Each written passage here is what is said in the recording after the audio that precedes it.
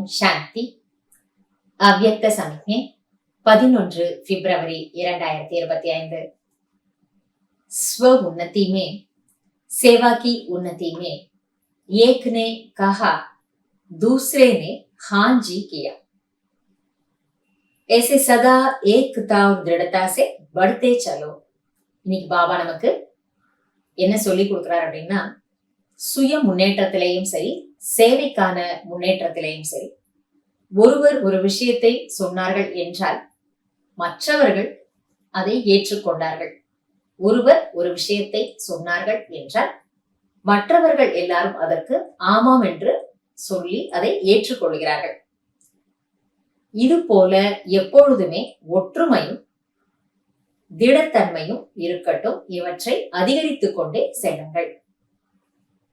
जैसे दादियों का एकता और दृढ़ता का संगठन पक्का है, ऐसे आदि सेवा के रत्नों का संगठन पक्का हो, इसकी बहुत बहुत आवश्यकता है। எப்படி நம்முடைய தாதிமார்களை பார்த்தோம், அவர்களிடம் ஒற்றுமையும் திடத்தன்மையும் நிறைந்த அவர்களுடைய குழு இருந்தது. உறுதியாக இருந்தாங்க. அதுல ஒற்றுமையிலையும் சரி, தங்களுடைய மனோதிடத்திலையும் அவர்கள் மிகவும் உறுதியாக இருந்தார்கள். அதுபோல தாதிக்கு அடுத்தபடியான அந்த சேவையின் ஆரம்ப கால சேவையின் ரத்தினங்களிடமும் கூட ஒற்றுமை நிறைந்த திடத்தன்மை நிறைந்த அந்த குழு என்பது பக்காவாக உறுதியாக இருக்கட்டும். இது மிக மிக அவசியமான ஒன்றாகும். பாபா சொல்றார், இதற்கு மிக மிக அவசியம் இருக்கின்றது, தேவை இருக்கிறது.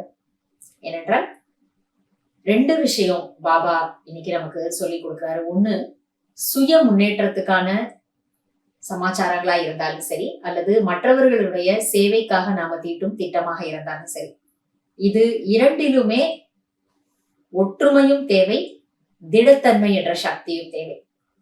அப்ப எல்லாரோட சேர்ந்து நாம ஒருங்கிணைஞ்சு செயல்படும் பொழுது இது இரண்டிலுமே நமக்கு வளர்ச்சியும் முன்னேற்றமும் வரும்.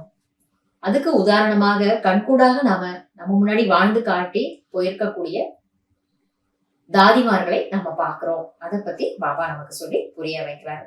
இதை நம்ம யோசிச்சு பார்த்து செயல கொண்டு வரணும். நன்றி பாபா. ஓம் சாந்தி.